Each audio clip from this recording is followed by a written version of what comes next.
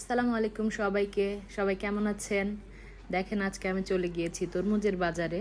বাসায় তরমুজ ছিল না। বাচ্চাদের বাবা ছাড়া বাচ্চা সহ আমার তরমুজ ভীষণ পছন্দ। আমরা বলেছি একটা রোজাতেও আমরা তরমুজ ছাড়া থাকতে চাই না। তো আমি বারবার জিজ্ঞেস করছিলাম ওনাকে যে তরমুজ আমরা কি দেখে বুঝবো ভালো কিনা। উনি বললেন কাঁচা তরমুজ একটু সবুজ রঙের হয়ে থাকে আর পাকা তরমুজের কালারটা হয় একটু সাদা সাদা।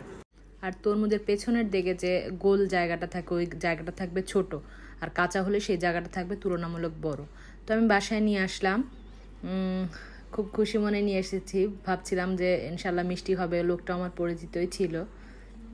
আমাদের এখানে 50 টাকা কেজি তরমুজ, আমার তরমুজটা হয়েছিল 7 কেজি। যাই হোক বাসায় এনে কাটলাম, কাটার ভিডিওটা কীভাবে যেন ডিলিট হয়ে গিয়েছে। লালি ছিল, তো আমি বাচ্চাদের দিলাম খাওয়ার জন্য। তাদের খাওয়ার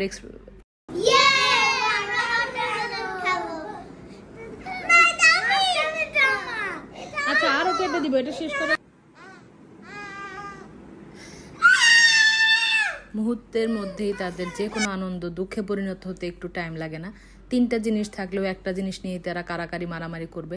তারা ঝগড়াঝাটি মারামারির পরে এই তরমুজ নিয়ে খেতে বসেছে। আলহামদুলিল্লাহ রিভিউ তো তারা ভালোই দিয়েছেন। আমার খাওয়া হয়নি যেহেতু রোজা ছিলাম। আমি ইফতারের পরে খেয়ে দেখলাম আলহামদুলিল্লাহ আসলেও তরমুজটা ভালো ছিল। তো তরমুজ চেনার যে 2টা লক্ষণ দোকানদার বলেছে, আপনারা কিন্তু সেইটা বিবেচনা করে তরমুজ কিনতে পারেন। ধন্যবাদ।